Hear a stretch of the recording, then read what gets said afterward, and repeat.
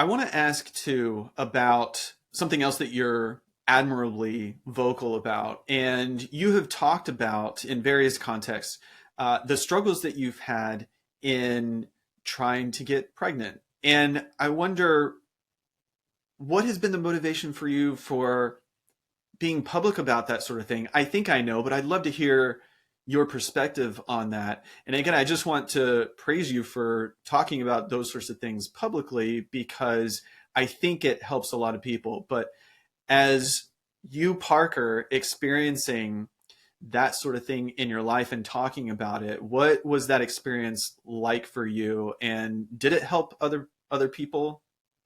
Yeah.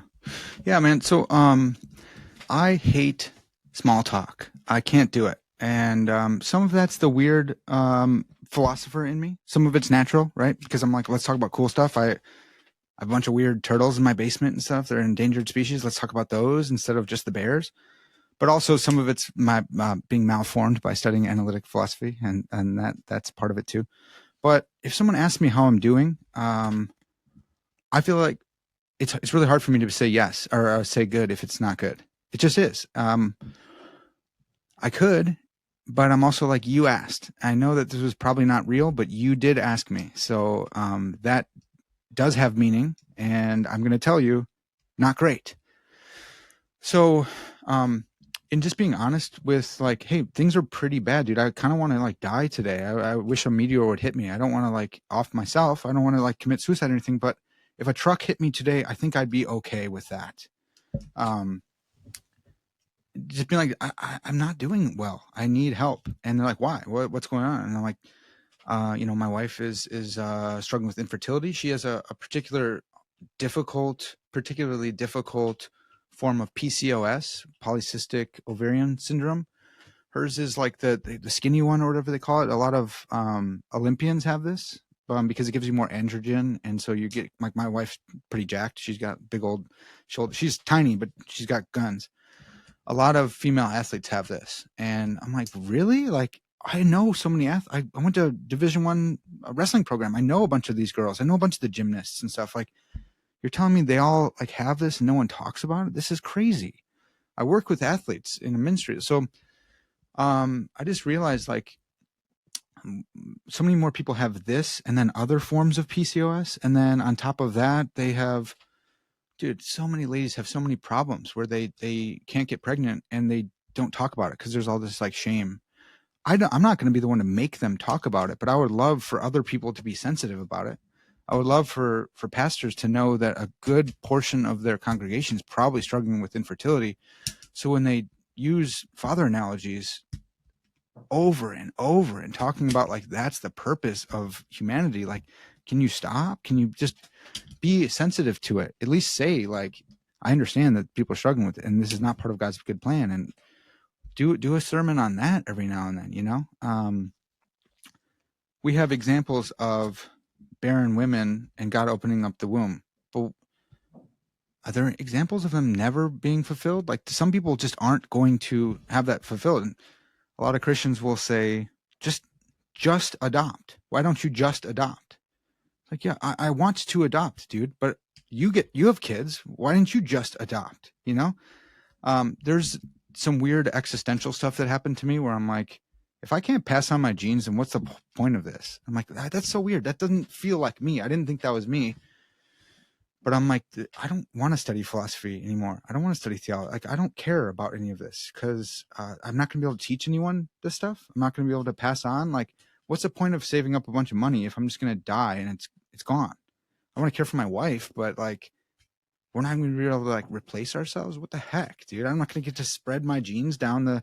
So there's a lot of that happened. But in talking with people, I realized there's a lot more people struggling with infertility for various different reasons.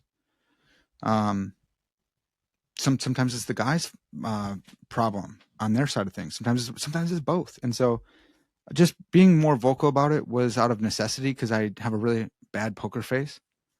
And then I learned as I talked about it more, people would just open up to me, like, us too, or we had miscarriages. The amount of miscarriages are unreal, but it's really taboo to talk about it for whatever reason. It's like, so you're telling, so we found a bunch of people in our family had miscarriages. I'm like, this whole time you were struggling with this by yourself? I'm so sorry. I'm sorry that that's the culture we live in, that you can't talk about this, because I don't know anything worse that's happened to a woman. Like, that's awful. Imagine not being able to talk about it with your closest friends and family. So, yeah, it was super hard. 4 years of us going through infertility.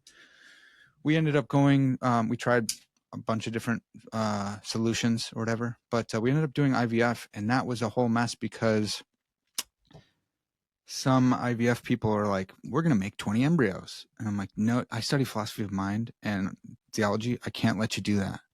Like, yeah, but the odds are if we try to make 20, then you'll get 10. And I'm like, well, even that, like, or you'll get 5 or whatever. I'm like, dude, I'm not, so I have to freeze 4 kids right now? Like, I believe that they're children. So can you tell me that they're not? Like, I don't think so.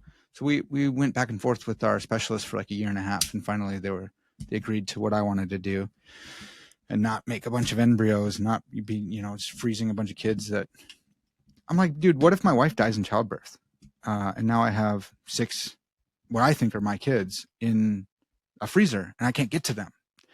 Like, why are you thinking like that? I'm like, because I'm a philosopher. I have to think about the worst case scenario. Like, if she could die in childbirth. She's high risk. She doesn't have a spleen. That's very possible. And then I just made a compounded atrocity. I do not want to do that. So, I know like the SBC has just passed something on like going completely against that method. So I don't know.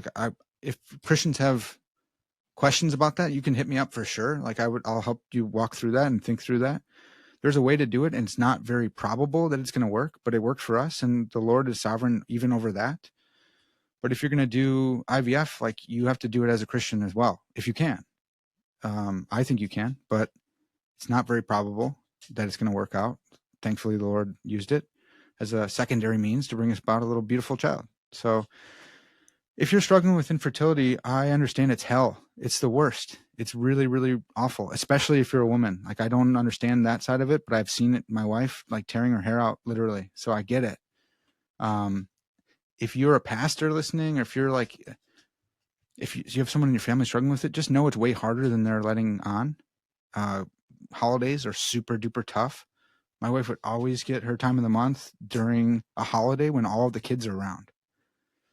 It just sucks, or like on Mother's Day, that would happen. And it's like, seriously? And she had a really hard time with God, and she's like, dude, why are you messing with me?